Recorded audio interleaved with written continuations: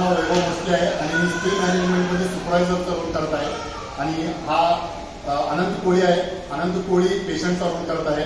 हा विलास साळवे आहे. Vilas Salve spill मॅनेजमेंटचा cleaner ह्याचा रोल करत आहे.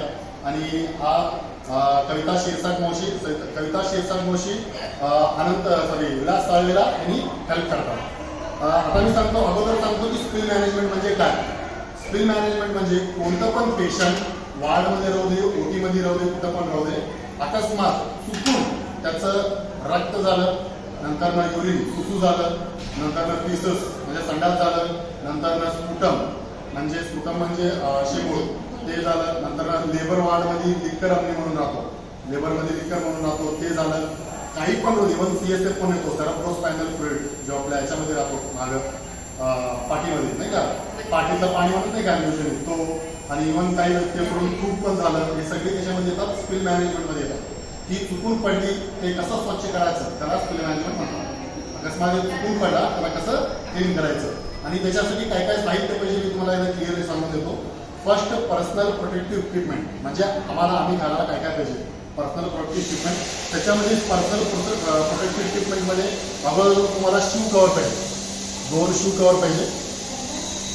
शू कव्हर झाल्यानंतर तुम्हाला पाहिजे गाऊन, प्लॅस्टिक गाऊन पाहिजे. प्लॅस्टिक गाऊन सोडून दुसरं गाऊन असलं तर पण चालेल. प्लॅस्टिक गाऊन नंतर पाहिजे तुम्हाला एक हेडकॅप पाहिजे. हेडकॅप नंतर पाहिजे मास्क. हे मास्क झाल्यानंतर तुम्हाला ग्लोव्ज पाहिजे. हे फर्स्ट प्लेन ग्लोव्ज आहे आपला, सर्जिकल ग्लोव्ज पाहिजे. प्लेन ग्लोव्जच्या नंतर आपल्याला घालायचं आहे नायट्रेट ग्लोव्ज. यांना व्हायलेट कलरला नायट्रेट ग्लोव्ज म्हणतात, त्याला युटिलिटी ग्लोव्ज पण म्हणतात. तर ही पण घालायला पाहिजे. तरी ही पर्सनल प्रोटेक्टिव्ह इक्विपमेंटमध्ये येतात. त्याच्यानंतर ना पाहिजे आपल्याला हायपोक्लोराइड सोल्युशन 1%. हे हायपोक्लोराइड सोल्युशन आहे. त्याच्यानंतर आपल्याला येल्लो बॅग पाहिजे.